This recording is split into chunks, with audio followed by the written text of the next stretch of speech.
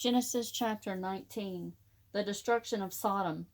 When the two angels reached Sodom in the evening, Lot was sitting at the gate of Sodom. As soon as Lot saw them, he stood up to greet them and bowed to the ground. "My lords," he said, "please come down to your servant's house to stay the night and wash your feet. Then you can make an early start on your journey." "No," they said, "we shall spend the night in the square." But he pressed them so much that they went home with him and entered his house. He prepared a meal for them, baking unleavened bread, and they had supper. They had not gone to bed when the house was surrounded by the townspeople, the men of Sodom, both young and old, all the people without exception. Calling out to Lot, they said, "Where are the men who came to you tonight?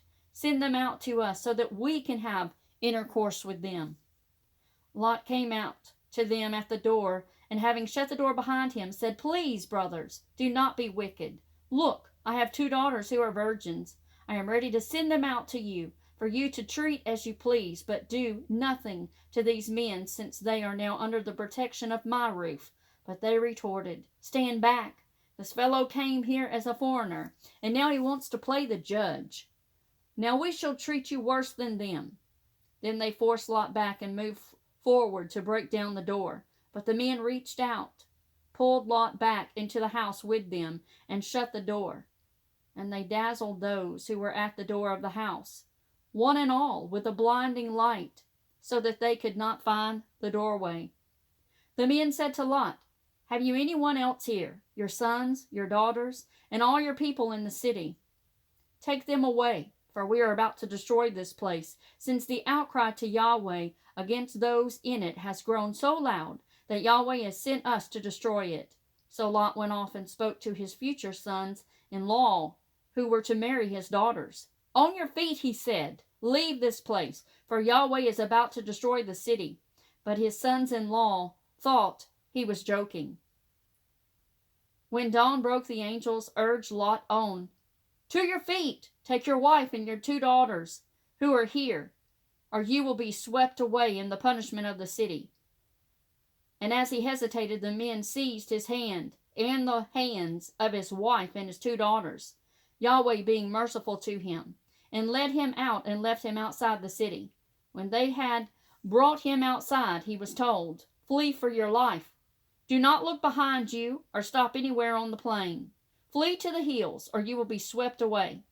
"Oh, no, my lord," Lot said to them. "You have already been very good to your servant and shown me even greater love by saving my life, but I cannot flee to the hills, or disaster will overtake me and I shall die. That town over there is near enough to flee to, and is small. Let me flee there. After all, it is only a small place, and so survive." He replied, "I grant you this favor too, and will not overthrow the town you speak of. Hurry, flee to that one, for I cannot do anything until you reach it." That is why the town is named Zoar. The sun rose over the horizon just as Lot was entering Zoar. Then Yahweh rained down on Sodom and Gomorrah brimstone and fire of his own sending. He overthrew those cities and the whole plain, with all the people living in the cities and everything that grew there. But Lot's wife looked back and was turned into a pillar of salt. The next morning Abraham hurried to the place where he had stood before Yahweh, and looking toward Sodom and Gomorrah and the whole area of the plain, he saw the smoke rising from the ground like smoke from a furnace. Thus it was that, when God destroyed the cities of the plain, he did not forget Abraham, and he rescued Lot from the midst of the overthrow, when he overthrew the cities where Lot was living. The origin of the Moabites and the Ammonites. After leaving Zoar, Lot settled in the hill country with his 2 daughters, for he dared not stay at Zoar. He lived in a cave, he and his 2 daughters. The elder said to the younger, "Our father is an old man, and there is no one here to marry us in the normal way of the world. Come on, let us ply our father with wine and sleep with him. In this way we can preserve the race by our father." That night they made their father drunk, and the elder slept with her father, though he was unaware of her coming to bed or of her leaving. The next day the elder said to the younger, "Last night I was the one who slept with our father. Let us make him drunk again tonight, and you go and sleep with him. In this way we can preserve the race by our father." They made their father drunk that night too, and the younger went and slept with him, though he was unaware of her coming to bed or her leaving. Both Lot's daughters thus became pregnant by their father. The elder gave birth to a son, whom she named Moab, and he is the ancestor of the Moabites of our own times. The younger also gave birth to a son, whom she named Ben-Ami, and he is the ancestor of the Ben-Amin, or Ammon, of our own times. Genesis chapter 20. Abraham left there for the region of Negeb and settled between Kadesh and Shur. While staying in Gerar, Abraham said of his wife Sarah, "She is my sister." And Abimelech, the king of Gerar, had Sarah brought to him. But God visited Abimelech in a dream one night. "You are to die," he told him, "because of the woman you have taken, for she is a married woman." Abimelech, however, had not gone near her, so he said, "Lord, would you kill someone even if he is upright? Did he not tell me himself, 'She is my sister'? And she herself said, 'He is my brother.' I did this with a clear conscience and clean hands." "Yes, I know," God replied in the dream, "that you did this with a clear conscience, and I myself prevented you from sinning against me. That was why I did not let you go touch her. Now send the man's wife back, for he is a prophet and can intercede on your behalf for your life. But understand that if you do not send her back, this means death for you and all yours." Early next morning, Abimelech summoned his full court and told them the whole story, at which the people were very much afraid. Then, summoning Abraham, Abimelech said to him, "What have you done to us? What wrong have I done you, for you to bring such guilt on me and on my kingdom? You had no right to treat me like this." Abimelech then said to Abraham, "What possessed you to do such a thing?" "Because," Abraham replied, "I thought there would be no fear of God here, and that I should be killed for the sake of my wife. Anyway, she really is my sister, my father's daughter, though not my mother's, besides being my wife. So when God made me wander far from my father's home, I said to her, 'There is an act of love you can do me. Everywhere we go, say of me that I am your brother.'" Abimelech took sheep, cattle, men and women, slaves, and presented them to Abraham and gave him back his wife Sarah. And Abimelech said, "Look, my land is open to you. Settle wherever you please." To Sarah he said, "Look, I am giving your brother 1,000 pieces of silver. This will allay suspicions about you as far as all the people around you are concerned. You have been completely vindicated." Abraham then interceded with God, and God healed Abimelech, his wife, and his slave girls, so that they could have children. For Yahweh had made all the women of Abimelech's household barren on account of Sarah, Abraham's wife. Genesis chapter 21, the birth of Isaac. Yahweh treated Sarah as he had said, and did what he had promised her. Sarah conceived and bore Abraham a son in his old age. At the time God had promised, Abraham named the son born to him Isaac, the son to whom Sarah had given birth. Abraham circumcised his son Isaac when he was 8 days old, as God had commanded him. Abraham was 100 years old when his son Isaac was born to him. Sarah said, "God has given me cause to laugh. All who hear about this will laugh with me." She added, "Whoever would have told Abraham that Sarah would nurse children? Yet I have borne a son in this old age." The child grew and was weaned, and Abraham gave a great banquet on the day Isaac was weaned. Now Sarah watched the son of Hagar, the Egyptian, had borne to Abraham, playing with her son Isaac. "Drive away that slave girl and her son," she said to Abraham. "This slave girl's son is not to share the inheritance with my son Isaac." This greatly distressed Abraham, because the slave girl's child too was his son. But God said to him, "Do not distress yourself on account of the boy and your slave girl. Do whatever Sarah says, for Isaac is the one through whom your name will be carried on. But the slave girl's son I shall also make into a great nation, for he too is your child." Early next morning, Abraham took some bread and a skin of water, and giving them to Hagar, put the child on her shoulder and sent her away. She wandered off into the desert of Beersheba. When the skin of waters was finished, she abandoned the child under a bush.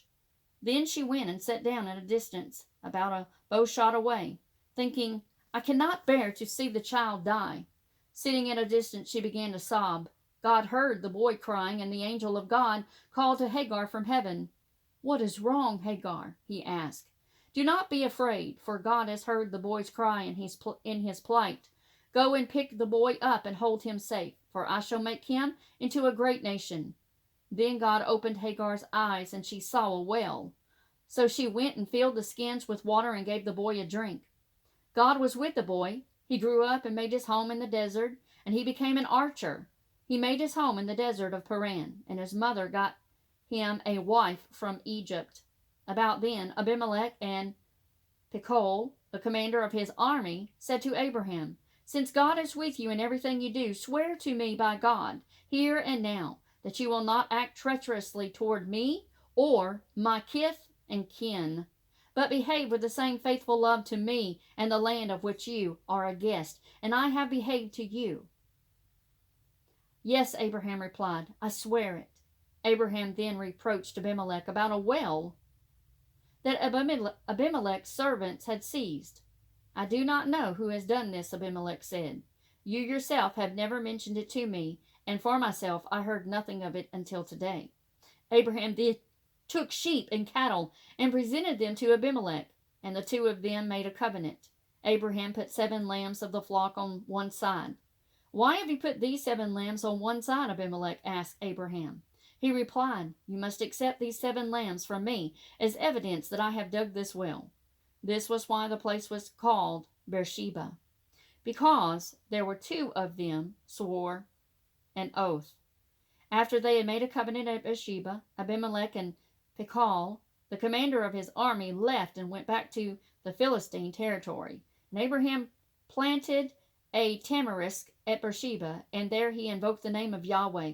Abraham stayed for a long while in the Philistine territory. 22 of Genesis. It happened some time later that God put Abraham to the test. Abraham, Abraham, he called. Here I am, he replied. God said, Take your son, your only son, your beloved Isaac, and go to the land of Moriah, where you are to offer him as a burnt offering on one of the mountains which I shall point out to you. Early next morning, Abraham saddled his donkey and took with him 2 of his servants and his son Isaac. He chopped wood for the burnt offering and started on his journey to the place which God had indicated to him. On the 3rd day, Abraham looked up and saw the place in the distance. Then Abraham said to his servants, Stay here with the donkey. The boy and I are going over there, and we shall worship and then come back to you. Abraham took the wood for the burnt offering, loaded it on Isaac, and carried it in his own hands, the fire and the knife. Then the 2 of them set out together. Isaac spoke to his father Abraham. Father, he said. Yes, my son. Look, he said. Here are the fire and the wood, but where is the lamb for the burnt offering? Abraham replied, My son, God himself will provide the lamb for the burnt offering. And the 2 of them went on together. When they arrived at the place which God had indicated to him, Abraham built an altar there and arranged the wood. Then he bound his son and put him on the altar on top of the wood. Abraham stretched out his hand and took the knife to kill his son. But the angel of Yahweh called to him from heaven. Abraham, Abraham, he said. Here I am, he replied. Do not raise your hand against the boy, the angel said. Do not harm him, for now I know you fear God. You have not refused me, your own beloved son. Then looking up, Abraham saw a ram caught by its horn in a bush. Abraham took the ram and offered it as a burnt offering in the place of his son. Abraham called the place Yahweh provides, and hence the saying today, on the mountain Yahweh provides. The angel of Yahweh called to Abraham a 2nd time from heaven. I swear by my own self, Yahweh declares, that because you have done this, because you have not refused me, your own beloved son, I will shower blessings on you and make your descendants as numerous as the stars of heaven and the grains of sand on the seashore. Your descendants will gain possession of the gates of their enemies. All nations on earth will bless themselves by your descendants because you have obeyed my command. Abraham went back to his servants, and together they set out for Beersheba. And Abraham settled in Beersheba. It happened some time later that Abraham received word that Milcah too had now borne sons to his brother Nahor: Uz his firstborn, Buz his brother, Kemuel father of Aram, Chesed, Hazo, Pildash, Jidlaph, and Bethuel. And Bethuel was the father of Rebekah. These were the 8 children Milcah gave Nahor, Abraham's brother. He had a concubine named Reumah, and she too had children: Tebah, Gaham, Tahash, and Maacah.